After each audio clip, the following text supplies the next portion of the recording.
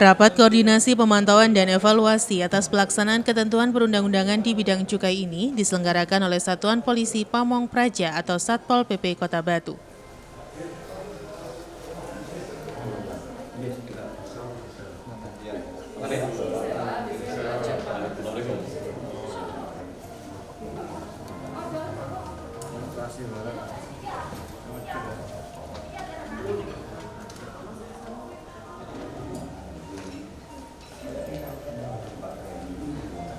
Kegiatan ini dihadiri oleh Ahmad Supriyanto, Kepala Bidang Ketertiban dan Ketentraman Umum Satpol PP Kota Batu, Ari Dwi Utama, mantan Kabid Ketertiban dan Ketentraman Umum Satpol PP Kota Batu, Krisno Budi Bagusasmito, pejabat fungsional pemeriksa Bea Cukai ahli pertama kantor Bea Cukai Malang, serta diikuti oleh para anggota Satpol PP, TNI, Polri, dan Bea Cukai Malang. Dan hidayahnya, sehingga kita semua hadirin yang kami hormati, marilah acara pada pagi hari ini kita awali dengan bacaan basmalah. Mudah-mudahan pada acara pagi hari ini diberikan kelancaran hingga selesai acara nanti. Bismillahirrahmanirrahim. Berikutnya adalah menyanyikan lagu Indonesia Raya. Indonesia tanah airku, tanah tumpah darahku, di sanalah aku berdiri, jadi pandu hidupku. Indonesia kebangsaanku, bangsa dan tanah airku, marilah kita berseru, Indonesia bersatu, hiduplah tanahku, hiduplah negeriku, bangsaku, rakyatku semuanya. Bangunlah jiwanya, bangunlah badannya untuk Indonesia Raya. Indonesia Raya, merdeka, merdeka, tanahku, negeriku yang ku cinta. Indonesia Raya, merdeka, merdeka, hiduplah Indonesia Raya, negeriku yang ku cinta. Indonesia Raya, merdeka, merdeka, hiduplah Indonesia Raya. Bapak Ahmad Supriyanto selaku Kabidibum, kepada beliau dari Dirjen Bea Cukai Malang, Pak Krisna serta Kegiatan rapat koordinasi ini dilaksanakan untuk mempersiapkan upaya pelaksanaan kegiatan gempur rokok ilegal agar bisa berjalan dengan baik dan pemerintah tidak henti-hentinya memerangi peredaran rokok ilegal di Kota Batu dengan gempur rokok ilegal. Batu belum tahu ini dan itunya. Mohon izin kami mewakili Bapak Kasat yang sedianya membuka acara ini, tetapi beliau mewakili Bapak Sekda di alam pandu pelaksanaannya akan dipandu oleh Bu Ati selaku aktif yang lama. Jadi mohon maaf dan mengucap Bismillahirrahmanirrahim. Rakor pemantauan dan evaluasi pelaksanaan ketentuan peraturan perundang-undangan di bidang cukai dimulai. akan diberikan kelancaran. Marilah kita memanjatkan doa yang pada kesempatan ini dipimpin oleh Saudara Edi Prayitno. Kepada Saudara Edi Saya akan memimpin doa. Dalam kesempatan kali ini akan saya pimpin dengan cara Islam.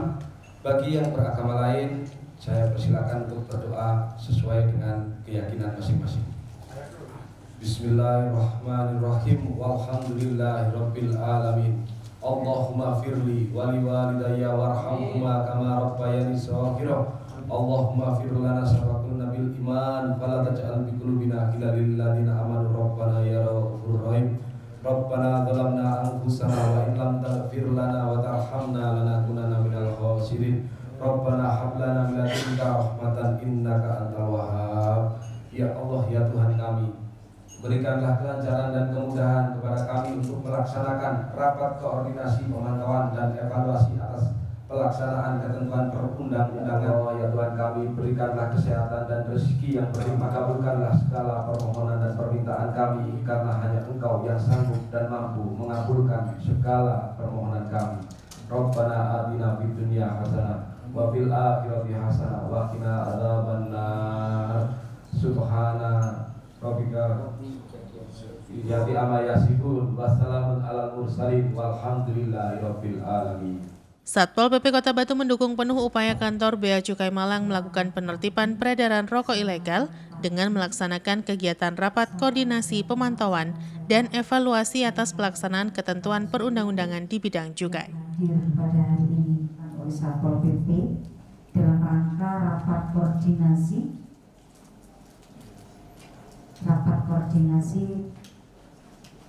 tentang pemantauan kegiatan DBHJT yang di bidang hukum, penegakan hukum. Dasar hukum yang kita gunakan 23 tahun 2014 dan juga Undang-Undang 39 tentang bea cukai. Undang-Undang Nomor 23 itu pemerintah daerah dan tugas fungsinya Satpol PP itu ada di sana. Dan kemudian PP nomor 16 ini khusus Satpol PP, Permendagri nomor 26 ini tentang Tibung Tranmasnya, dan juga ada Perda Provinsi Jawa Timur nomor 7 2021 tentang penyelenggaraan Tibung Tranmas. 4 tentang penyusunan dan juga tentang pedoman kinerja Perda. Yang akan kita bahas, yang akan kita Kegiatan rapat koordinasi diawali dengan menyanyikan lagu Indonesia Raya dan sambutan Kepala Bidang Ketertiban dan Ketentraman Umum Satpol PP Kota Batu, Ahmad Supriyanto, sekaligus membuka secara resmi kegiatan rapat koordinasi pemantauan dan evaluasi. Satpol PP sampai dengan hari ini tanggal 22 November tahun 2022. Ya. Penyelenggaraan ketertiban umum dan ketertiban masyarakat terbagi menjadi 2, pencegahan dan penindakan. Pencegahan terurai lagi menjadi deteksi dini, kemudian ada patroli, pengawalan, pengamanan, dan lain-lain. Sedangkan yang penegakan hukum, di dalam penegakan hukum itu ada beberapa kegiatan, ada sosialisasi. Sosialisasi ini juga ada dibagi menjadi 2. Ada sosialisasi tatap muka, ada sosialisasi yang tidak tatap. Yang ada yang kita lakukan di Batu selain sosialisasi itu ada pengumpulan data dan informasi, kemudian pemberantasan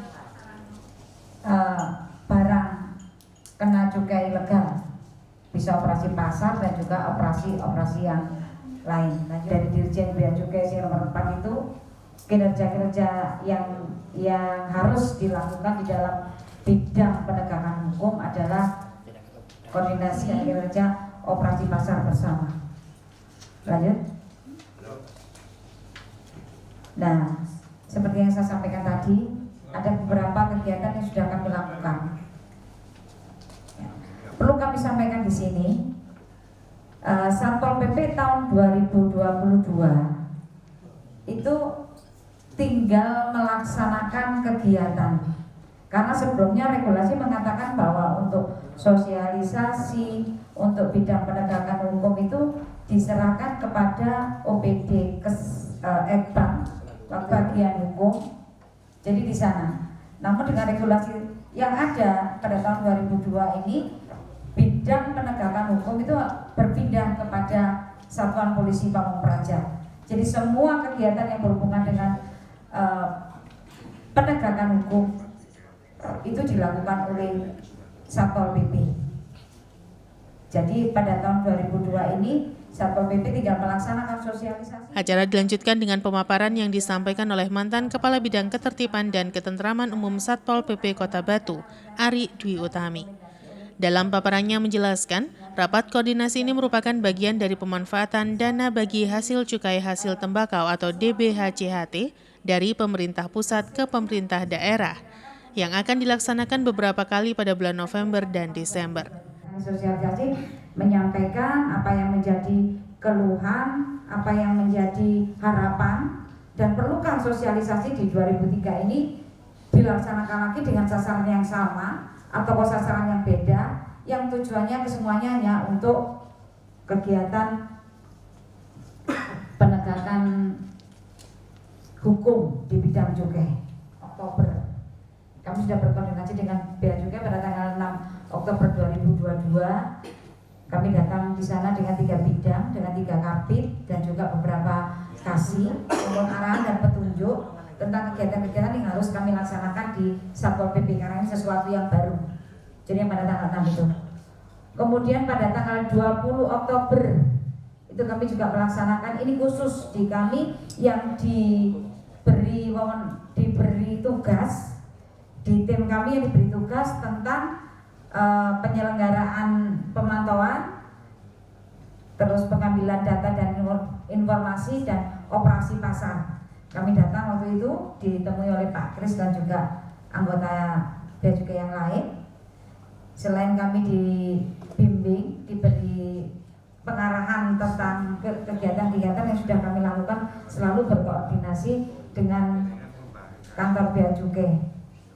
Karena harapan kami, apa yang kami lakukan di Kota Batu minimal dari Bea Cukai yang menaungi kami itu tahu. Jadi apa yang kami lakukan itu tahu. Detil-detil walaupun tidak sedetil mungkin, tapi paling tidak Batu ini melakukan kegiatan seperti ini dan karepnya seperti ini dan sebagainya.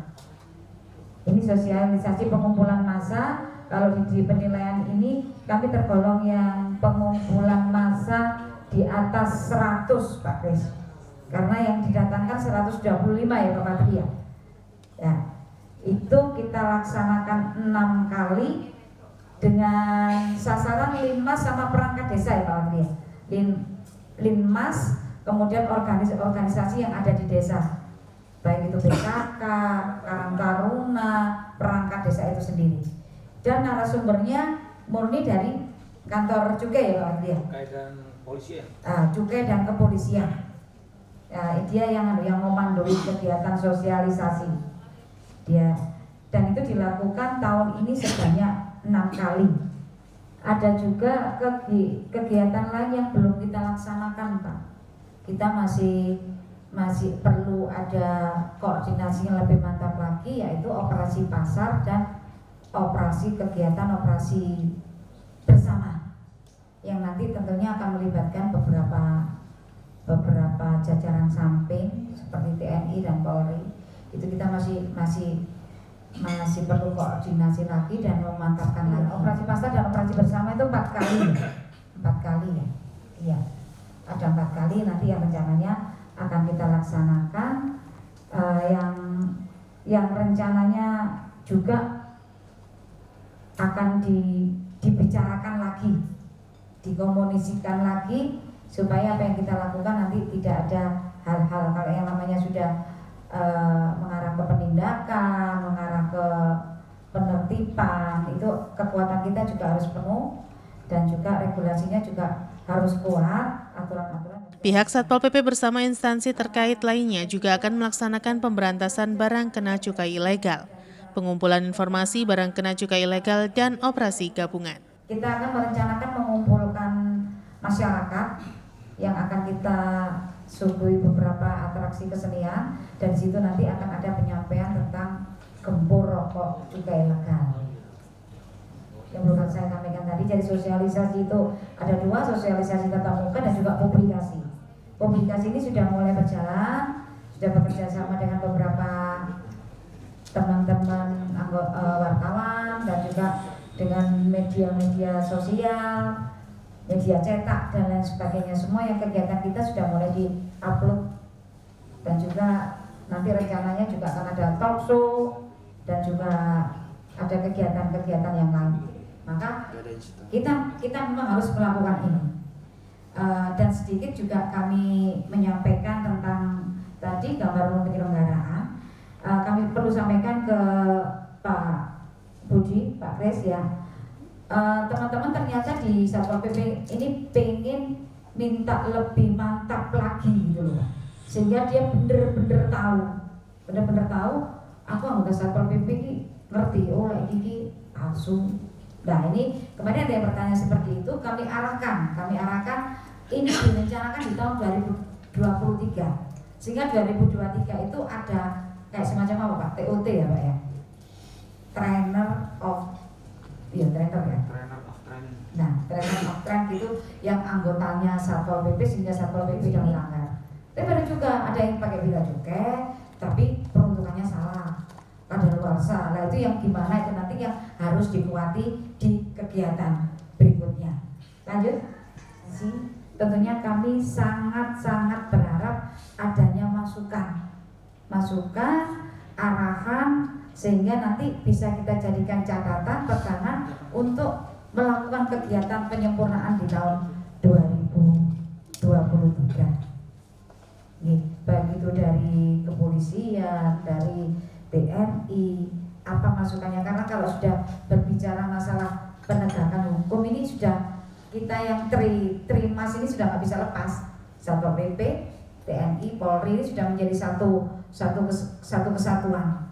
Jadi anggota-anggota Linmas itulah karena yang berada di setiap RT. Jadi Linmas kami ada di setiap RT yang nanti akan kita perankan untuk memberikan informasi, untuk memberikan penyampaian hal-hal yang kelihatannya gimana kok di sana kok kegiatan seperti ini ya.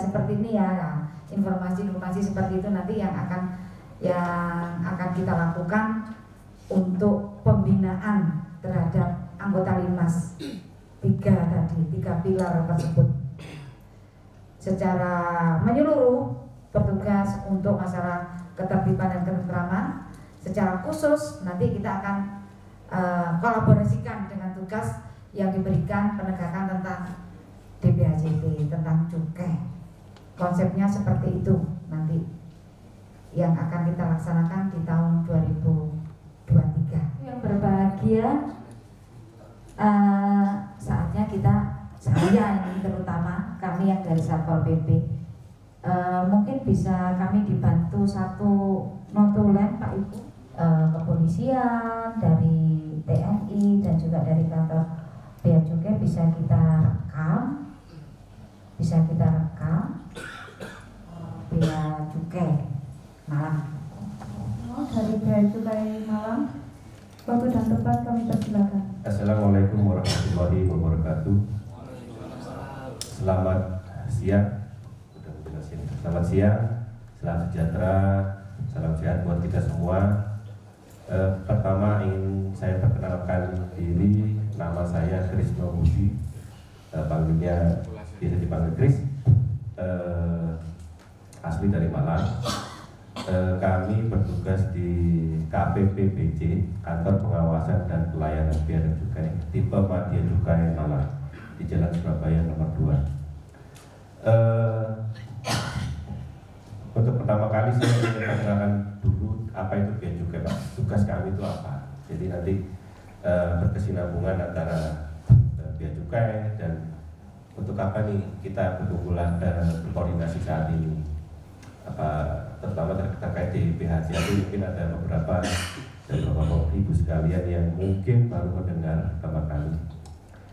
Yang pertama ingin saya jelaskan tugas bea cukai, Pak. Jadi objek pengawasan kami ataupun seperti namanya bea dan cukai. Bea itu berarti kepabeanan. Jadi kita membidangi bidang kepabeanan. Kalau orang sering dengar itu kepabeanan itu dalam hal ekspor dan impor. Nah itu ada bea masuk, ada bea keluar. Terus kemudian ada juga cukai, bea dan cukai. Kalau cukai itu berarti seperti rokok. Terus ada etil alkohol, MMEA, kita sebutnya biasanya miras. Kemudian rokok ini maksudnya termasuk SPM, Krentek, SKM gitu ya, sigaret dan cerutu itu termasuk rokok. Kemudian yang terakhir adalah vape atau liquid yang kita sebut sekarang liquid. Jadi itu yang kita awasi, Pak. Nah, nanti kita ini membahas lebih ke cukainya. Untuk kepabeanan, kebetulan di kantor bea cukai Malang itu tidak ada pelabuhan internasional, tidak ada bandara internasional. Jadi kalau Bapak Ibu sekalian pernah ke luar negeri pasti kan ketemu dengan CIQ kalau datang ke Indonesia ya, Customs, Immigration, dan Quarantine. Nah, Customs-nya itu bea cukai, imigrasi dan karantina. Jadi kami melakukan pemeriksaan atas barang yang dibawa, barang-barang penumpang dari luar negeri. Nomor 39 tahun 2007 tentang cukai. Di situ di pasal 66 ayat A sampai huruf C dijelaskan bahwa pemerintah membagikan dana bagi hasil kepada pemerintah dari pemerintah pusat ke pemerintah daerah sebesar 2% dari penerimaan cukai hasil tembakau saja. Nah, kemudian ada PMK tadi seperti pengelolaan, pemanfaatan dan kinerja DPHJHT. Nomor 2 yaitu terkait alokasi atau proporsi yang dibagikan oleh pemerintah pusat kepada pemerintah daerah, sekian miliar untuk kota, sekian miliar untuk kabupaten, sekian miliar. Jadi di PMK nomor 2. SE nomor 4, SE nomor 3 dan nomor 4. Tadi sempat disinggung juga sama Bu Ali, yaitu tentang SE nomor 3 terkait penyusunan RKP. Jadi di akhir tahun seperti akhir tahun yang tahun 2022 ini di bulan November, maksimal di bulan akhir November ini kita sudah pihak Bu Ari sudah harus menyusun RKP untuk disampaikan ke provinsi, kemudian disetujui oleh provinsi, kemudian setelah disetujui ditetapkan oleh Pak Wali Kota. Setelah itu dilaksanakan untuk tahun 2023. Jadi di SE 03 itu sebelum Bu Ari menetapkan RKP sudah dilaksanakan atau belum? Kalaupun sudah dilaksanakan, kita lakukan penilaian. Setiap kegiatan yang sudah direncanakan di RKP itu semua mengandung poinnya, ada nilainya. Untuk apa nanti? Setelah tiap satu semester kami menyampaikan penilaian, rekapan penilaian itu kepada Kanwil Bea Cukai.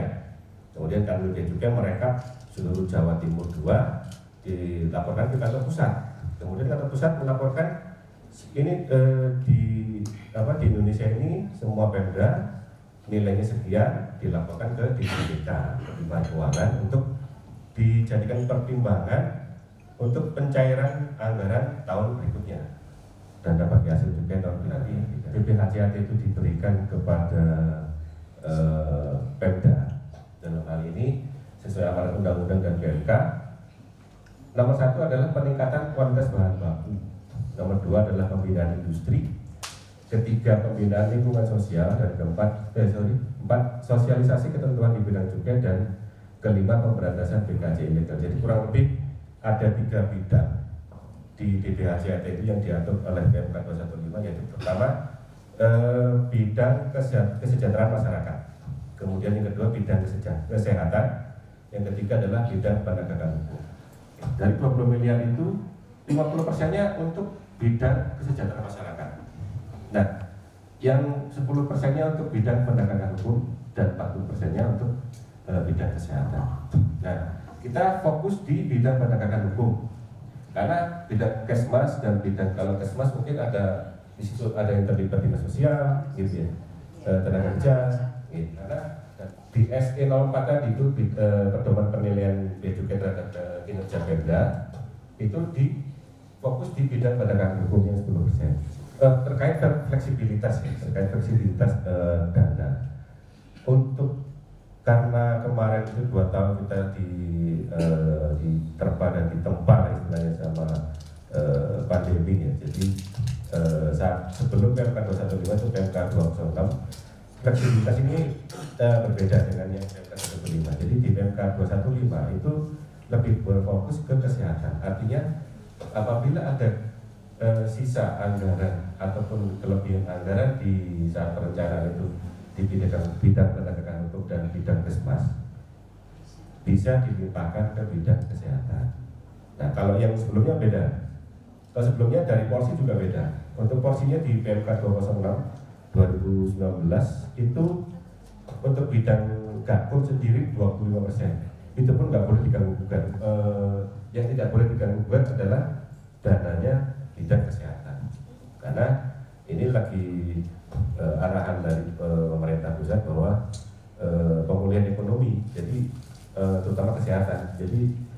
nggak boleh diganggu-gugat anggarannya untuk bidang kesehatan. Penegakan hukum itu ada 3. Yang pertama adalah pembentukan KIHT. KIHT itu kawasan industri hasil tembakau tertentu.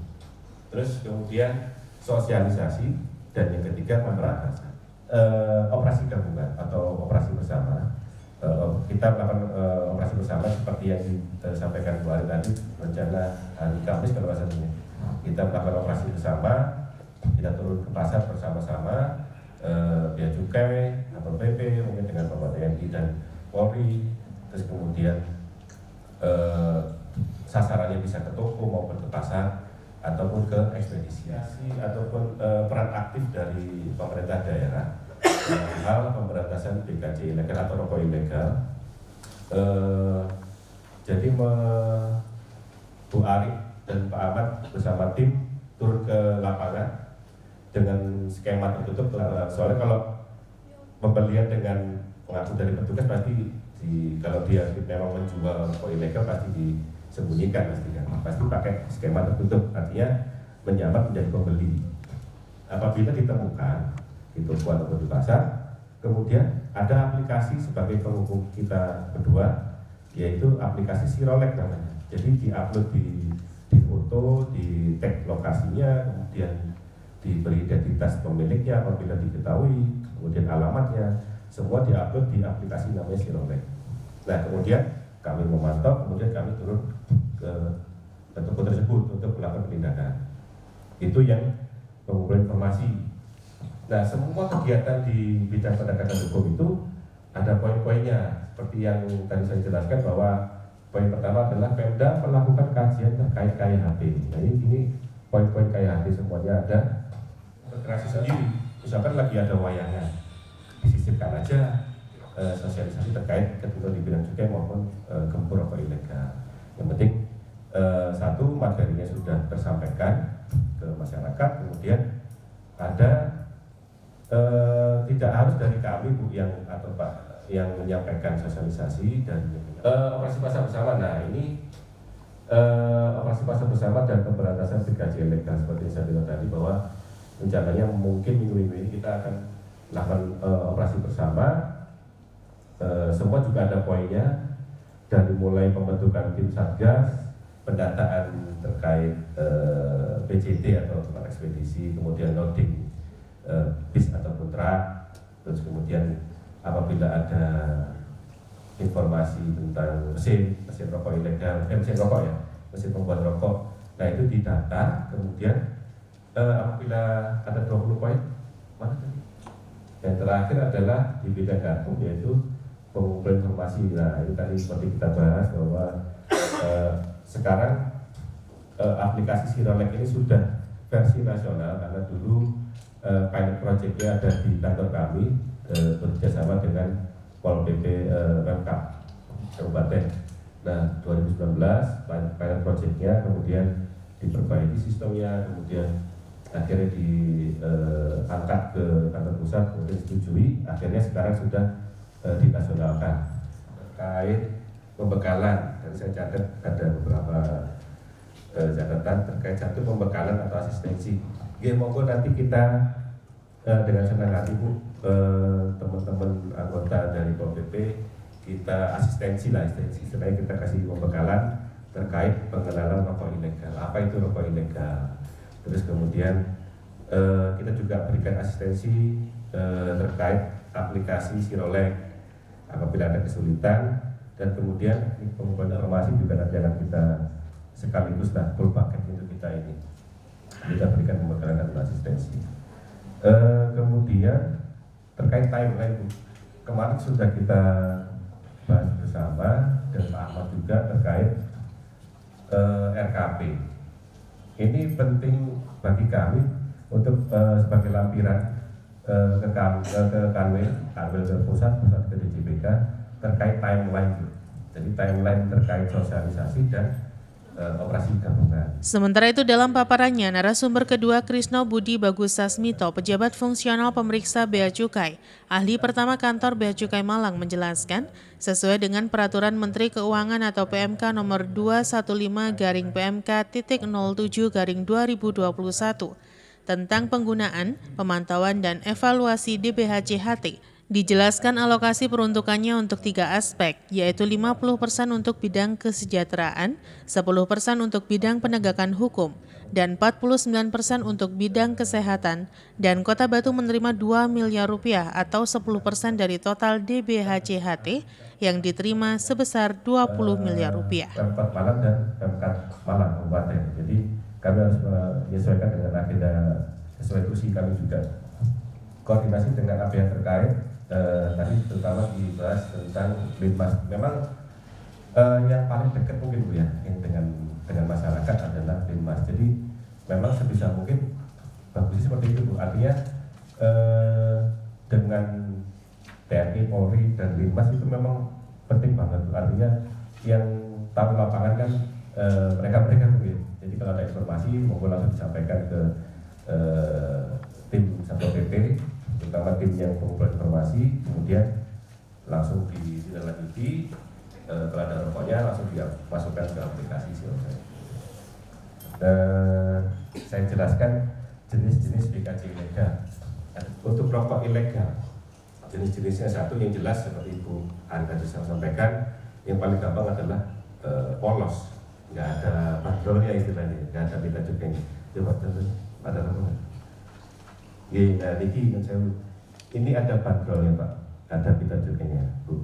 Jadi pita cukai itu adalah kayak segel atau bukti pelunasan bahwa si pabrik yang bikin rokok ini sudah bayar cukai. Karena dia kan harus nebus duluan nih pita cukai ke kantor kami berupa lembaran, kemudian dipotong-potong, ditempelkan di masing-masing bungkus rokok. Nah nanti kalau ini sudah laku berarti kan yang bayar rokoknya dan pita cukainya, berarti kan jenengan sebaya yang merokok gitu. Nah ini kalau yang nggak ada bandrolnya berarti nggak bayar cukai. Cukai itu kan pajak kenikmatan, yang menikmati saja yang bayar pajak kan. Terus yang kedua, ada kadang bandrolnya ada. Jadi sebagai penjual di toko itu, coba ini ada bandrolnya kok Pak. Ini kan bukan ilegal. Ya tapi itu memang hanya kami yang bisa melakukan identifikasi karena kami punya alatnya. Terutama alat yang untuk mendeteksi hologramnya. Jadi bea cukai itu kan pesan bikin kertasnya pada larang. Setelah pada larang bikin kertasnya disampaikan ke Lurah Kudus untuk dicetak hologramnya. Dan kemudian hologram sudah jadi dikirim ke Peruli untuk dicetak ininya, yang warna-warna ini. Jadi 3 perusahaan ini memang dibikin konsorsium memang untuk mengurangi kecurangan memang. Terus kemudian ada pengaman masing-masing. Dari bea cukai itu desainnya kayak gini. Pengamannya ada 10 misalnya. 10 ini harus ada. Kalau nggak ada 10 tanda itu pengaman itu berarti palsu. Nah semua kita punya mini lab yang terdiri dari 3 perusahaan tadi itu konsorsium untuk menguji itu. Tapi secara kasat mata kemungkinan kita insya Allah bisa identifikasi. Jadi minimal 1 rokok ilegal itu tidak ada bandrolnya, itu udah pasti rokok ilegal. Ada bandrolnya, itu masih bisa dilakukan, bisa palsu, bisa asli. Terus kemudian yang ketiga, rokok ilegal yang ketiga yaitu bekas.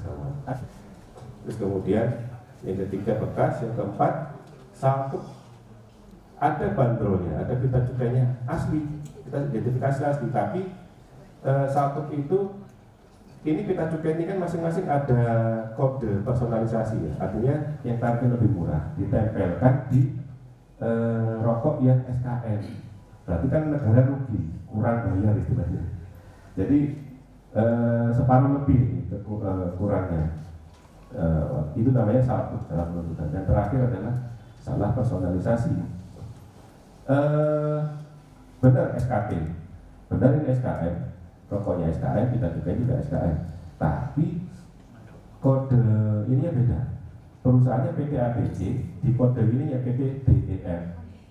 Nah berarti ini pita cukai asli, beli dari pabrik DEF, ditempelkan di rokoknya PT ABC. Kita berikan kesempatan untuk bertanya. Monggo. Assalamualaikum warahmatullahi wabarakatuh. Ini kalau kita mengacu pada Undang-Undang Cukai, yang pertama adalah nomor 11 tahun 1995 dan nomor 39 tahun 2007 itu terkait dengan penegakan hukum, penyidikan terkait dengan cukai ini. Penyidiknya adalah PPNS, pejabat pegawai negeri sipil tertentu di lingkungan Dirjen Bea Cukai, itu selaku diberi wewenang khusus untuk melakukan penyidikan. Artinya apa? Artinya yang boleh melakukan penyidikan terkait dengan cukai ini adalah hanya PPNS dari Bea Cukai. Jadi status di luar itu kan ini kan ada asas hukum. Asas hukum salah satu diantaranya adalah yang mengatakan lex spesialis derogat generalis. Artinya hukum yang bersifat khusus mengesampingkan hukum yang bersifat umum. Langsung menyerahkan hasil penyidikannya kepada jaksa penuntut umum JPU. Jadi tanpa melalui penyidik Polri dapat, karena undang-undang sudah mengamankan demikian. Jadi status Polri, TNI sama instansi lain yang dalam ini seperti adalah Satpol PP itu memiliki kedudukan yang sama. Jadi apabila pejabat pegawai negeri sipil di bidang bea cukai ini meminta bantuan kepada Polri, TNI atau instansi lain yang dalam ini adalah seperti Satpol PP, itu mereka yang dimintai bantuan wajib membantu. Sekarang apa yang dimaksud dengan penyidikan? Penyidikan itu adalah kalau kita bicara pada Undang-Undang Nomor 11 tahun 81, Undang-Undang tentang KUHP.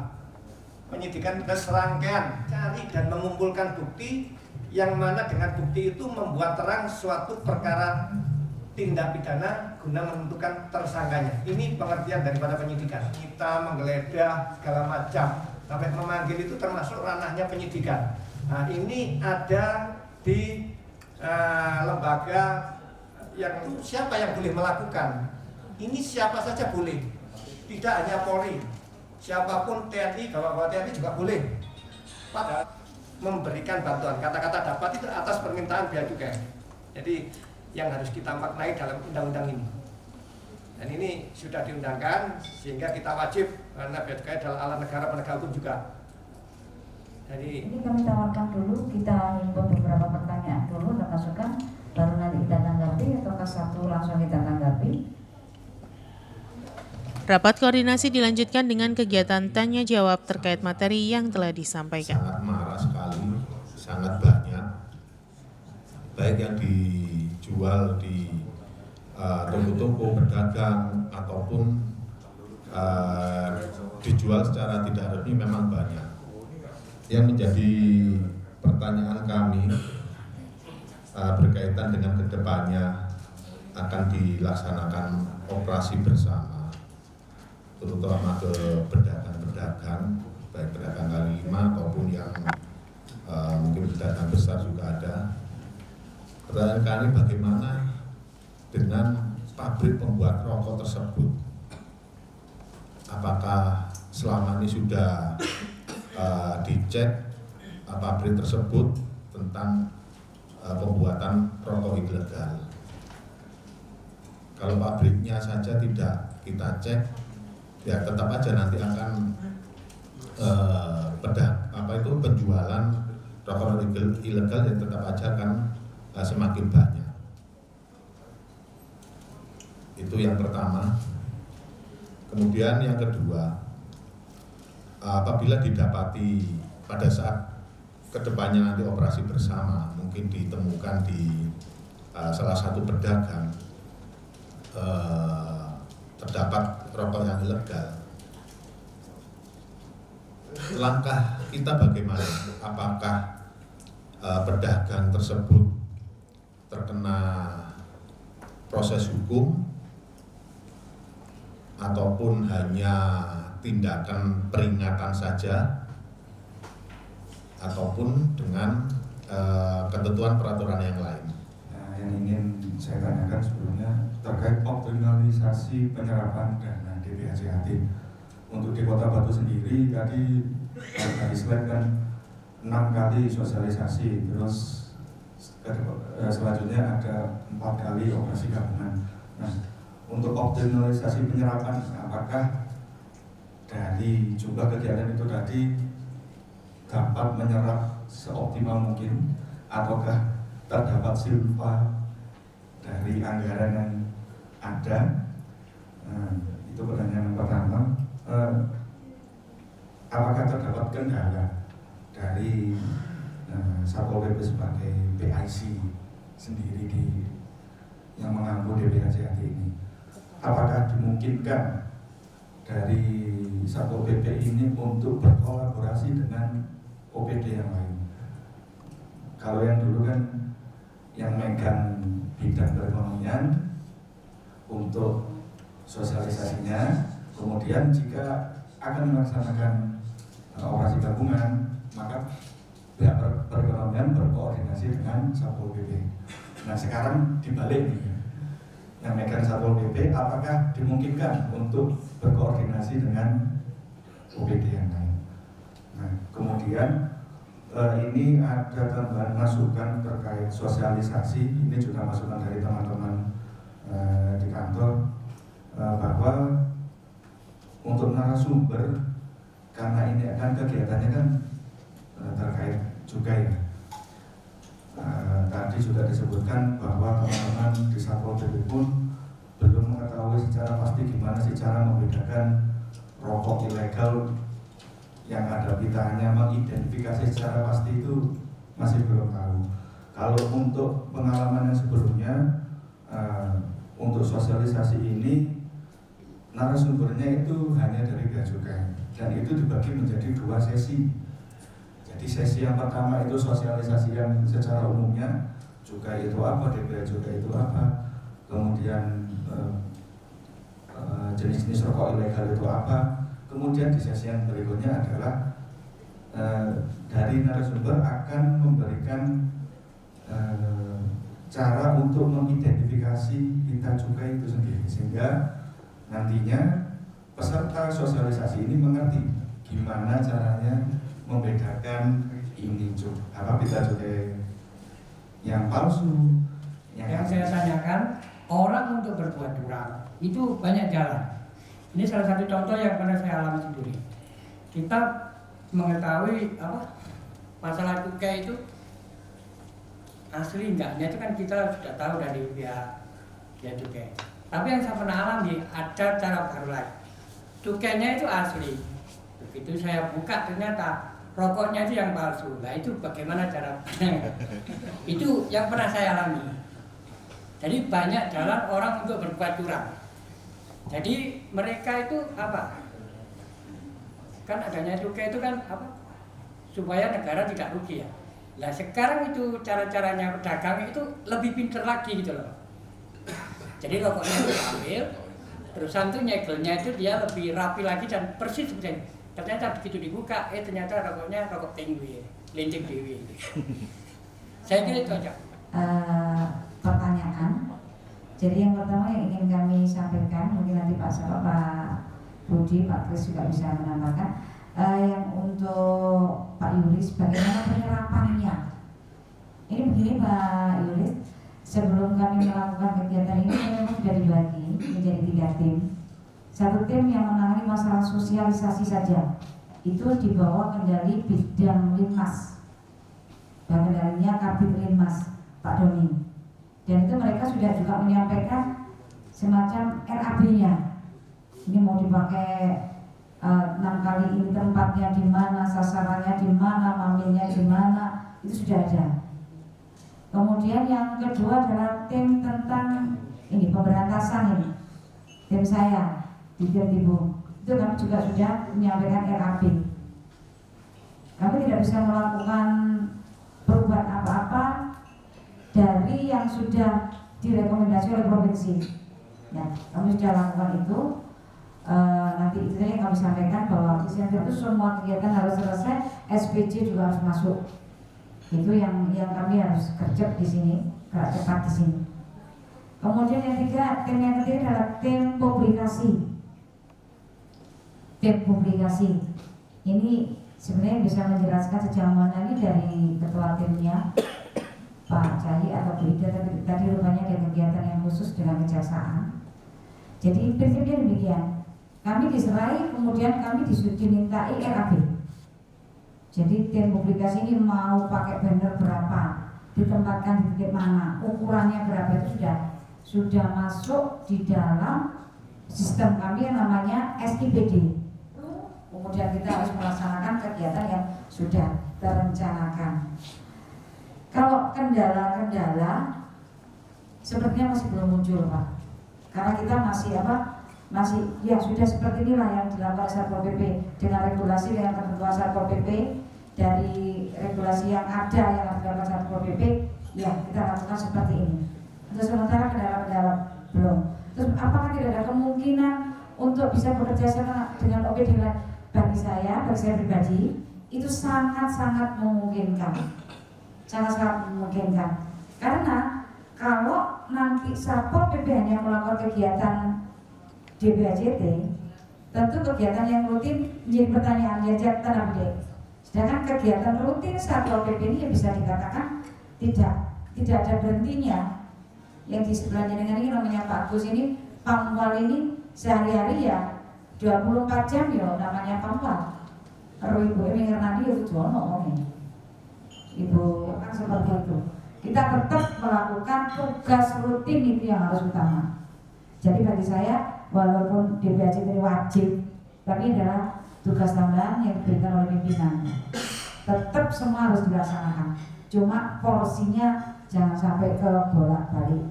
Ini adalah undang-undang dan ada kekhususan, itu berarti ya instansi khusus yang harus menangani penindakan pendidikan dan sebagainya, yaitu BPNS juga. Walaupun Satpol PP juga punya BPNS. Nah, ini nanti tetap akan kami koordinasikan dengan pimpinan, Pak. Jangan sampai nanti ada sesuatu yang tidak pas dalam kita melaksanakan kegiatan. Tapi informasi ilmu peraturan-peraturan dari Pak Widi ini sangat-sangat luar biasa dan kita jadikan pegangan ini, Pak. Dan juga ya, mudah-mudahan memang kami diamanatkan punya wewenang untuk melakukan penyidikan secara langsung. Oke, terima kasih tadi sudah dijelaskan secara gamblang dan mungkin untuk diketahui saja bersama tadi pernyataan dari Pak Widi tadi, memang kami punya PPNS sendiri seperti dengan PP juga sama. Tadi dibilang Pak Widi apabila ada keterangan ini sebenarnya mungkin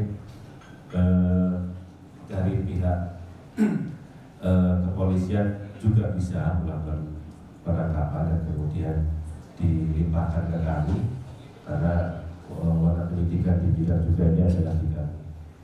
Di Pak Monggo, kemudian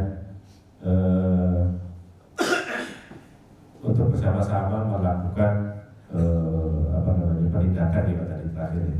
Jadi memang kami di undang-undang juga punya hak untuk meminta bantuan pengamanan Pak dari APH terkait. Jadi dalam hal ini ODP, bisa TNI dan Polri dalam penindakan tindakan kami. Kemudian terima kasih Pak Widi sekali lagi.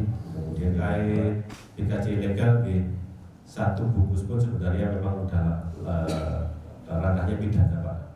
Jadi hukum itu sudah jelas, tidak ada batasnya. Artinya batasnya cuma untuk penjual Pak. Untuk penjual ini biasanya kami melakukan treatment apabila ditemukan pertama kali, kami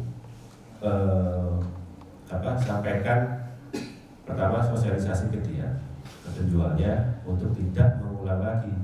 Kemudian kita ketuk hatinya Pak. Kalau ibu menjual rokok, bapak ibu menjual rokok ilegal, ini yang rokok-rokok legal yang menyumbangkan penerimaan cukai ke negara sekian triliun tiap tahun. Itu punya karyawan juga banyak, buruhnya, punya keluarga juga, punya anak juga. Kalau jenengan menjual rokok ilegal seperti ini berarti kan jenengan tidak mensupport penerimaan negara, yang kedua nggak kasihan sama ini, nggak sampai sama yang buruh-buruh yang di perusahaan rokok legal. Jadi kita seperti itu biasanya harus membedakan, kita berkas, kemudian kita dari teman-teman humas kami melakukan sosialisasi kemudian kita berikan surat pernyataan, Pak. Nah, istilahnya peringatan lah. Jadi kita nggak serta-merta, terus apa ikut ke kantor, tak proses gitu. Ya untuk peringatan lah pertama kali. Dan berikutnya apabila ditemukan lagi, terpaksa kita lakukan tindakan tegas. Beberapa kali kita sudah melakukan penindakan, Pak, di titik produsen. Jadi rokok ilegal itu kan ada di titik produsen, titik distribusi, dan terakhir titik pemasaran. Kalau pemasaran tadi sudah jelas, sudah saya sempat singgung tindakan kita terhadap penjualnya. Kemudian distribusi itu ada beberapa titik, Pak, tempat pendidikan, penelitian dan pendidikan kita butuh. Tapi ada beberapa yang tidak dapat petunjuk, langsung kita ambil produsennya. Ya memang namanya rokok ilegal ini kan menggiurkan, Pak, secara keuntungannya. Jadi kalau misalkan kita bicara margin keuntungan, satu bungkus rokok itu kalau ilegal bisa 6.000 ya, polosan. Kalau yang bisa hampir 2 kali lipatnya.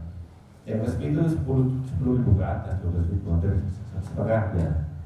Jadi memang bisnis yang menggiurkan, terutama di titik produsen itu kita sudah beberapa kali. Peran bagi Satpol PP ke depannya agar dapat mencapai kebijakan setelah diadakannya rapat koordinasi kali ini. Iya, yang harus dilakukan Satpol PP, adalah untuk melaksanakan tugas sesuai dengan apa yang sudah direncanakan. Apa yang sudah direncanakan jangan sampai itu terlewat ya, meleset ataupun tertimpa dengan kegiatan-kegiatan yang sudah direncanakan itu.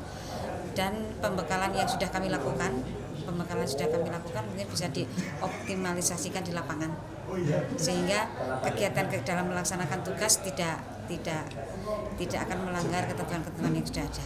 Sebenarnya di kegiatan tentang penegakan hukum ini tidak sampai dengan masalah pemusnahan dari apa yang direncanakan di tahun 2021. Sehingga kalau untuk masalah pemusnahan ini masih akan dibicarakan lagi dengan tim yang ada. Karena apa yang sudah direncanakan di 2021 kan Satpol PP tinggal melaksanakan itu, tidak ada agenda pemusnahan. Tapi kalau memang tahun ini ada agenda pemusnahan, itu adalah wujud daripada sinergitas dari beberapa sisi ya, dari beberapa sisi, baik itu TNI, Polri, Kejaksaan, dan juga DBAJT sendiri, dan juga dari Cukai sendiri. Iya, kemudian harapan kami ke depan memang Satpol PP benar-benar mantap ya, dari personilnya, dari tingkat SDA-nya ya, sumber daya aparaturnya itu benar-benar mantap dan mampu untuk melaksanakan tugas yang harus diemban tentang pelanggaran rokok cukai ilegal ini ya. Cukai ilegal ini itu yang pertama. Dan yang kedua, memang di Batu ini tidak ada pabrik rokok ya, tidak ada pabrik rokok, tetapi berdampak juga karena ada warga Batu yang bekerja di pabrik rokok, dan itu mungkin bisa lebih terjangkau. Dan yang ketiga adalah bagi kalau ditemukan memang ada pengedar atau penjual ya, ada penjual rokok ilegal yang ditemukan di Batu sendiri, itu harus ada penanganan yang lebih humanis, seperti tadi disampaikan, ada satu penanganan yang lebih humanis, dan juga ada pemberdayaan. Saya yakin mungkin mereka melakukan itu, mungkin ada sisi lain yang paling pasti itu mungkin masalah ekonomi. Nah, ini juga mungkin ada sedikit perhatian setelah kami dari Satpol PP ini menemukan fakta-fakta di lapangan yang ada. Tentunya nanti akan kita angkat, kita sampaikan kepada pimpinan tentang apa dan bagaimana yang harus dilakukan. Ya, memang kita sudah mengagendakan untuk melakukan pembekalan ataupun asistensi, terutama di bidang penegakan hukum di sub bidang pemberantasan PKJ ilegal, karena seperti pengenalan rokok ilegal itu seperti apa saja rokok ilegal, dan kemudian untuk laporan di aplikasi Sirolek dan lain-lain memang butuh keahlian khusus. Jadi kita memang siap kapanpun untuk melakukan asistensi. Artinya mereka butuh minta kita di bulan ini atau bulan depan, monggo saja, kita siap kapanpun melakukan asistensi. Iya, jadi seperti pemda yang lain, terutama di Malang Raya semua sama kendalanya saya rasa. Karena untuk di tahun 2022 ini kan baru berpindah PIC-nya untuk yang memegang kewenangan di bidang penegakan hukum. Jadi yang tadinya perekonomian sekarang dipegang oleh Pol PP. Nah, kendala semua sama, mulai dari awal mengenai pemahaman peraturan ataupun ketentuan dari undang-undang PMK dan lain-lain. Kemudian kita sudah lakukan sosialisasi. Kemudian kita lebih intens lagi.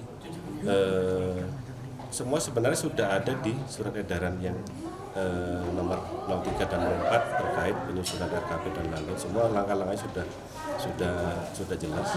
Dan kemudian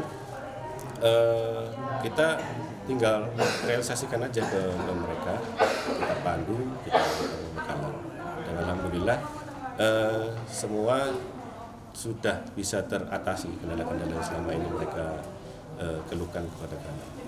Ya, jadi setiap semester kita lakukan yang namanya monitoring dan evaluasi. Jadi seperti yang saya jelaskan tadi di acara, bahwa setiap satu semester itu kita Bea Cukai melakukan penilaian atas kinerja Pemda atas pemanfaatan di BHJAT. Jadi di saat itu juga kami juga melakukan rapat koordinasi untuk mengevaluasi apa saja sih kendala-kendala Pemda. Apabila ada kekurangan nilai itu kita lakukan asistensi lagi. Kira-kira misalkan di pengumpulan informasi mereka ada kesulitan sehingga poinnya rendah, ya kita lakukan asistensi. Ini kenapa Bu kok bisa rendah Paknya? Apakah SDM-nya kah, ataukah kendala aplikasinya kah, ataupun yang lain? Jadi kita terus melakukan asistensi. Dari operasi gabungan dan pengumpulan informasi itu adalah rangkaian dari DBHJAT ini yang diharapkan oleh pemerintah pusat terkait DBHJAT ini kan memang sudah diamanatkan di undang-undang untuk diserahkan kepada Pemda. Nah, ujung-ujungnya kan nanti dana 2% dari pemerintah pusat itu kan salah satu manfaatnya atau tujuannya adalah untuk pemberantasan PKJ ilegal. Nah, ya kita tinggal laksanakan aja yang sudah kita rencanakan kemarin di bulan November untuk 3 Pemda di Malang Raya. Kemudian sesuai timeline yang sudah kita rencanakan kemarin. Jadi kita tinggal laksanakan dan tadi sudah kita jelaskan mulai dari ketentuannya, kemudian RKP-nya, kemudian pelaksanaannya, dan kemudian tidak lanjut penanganan perkaranya dan lain-lain.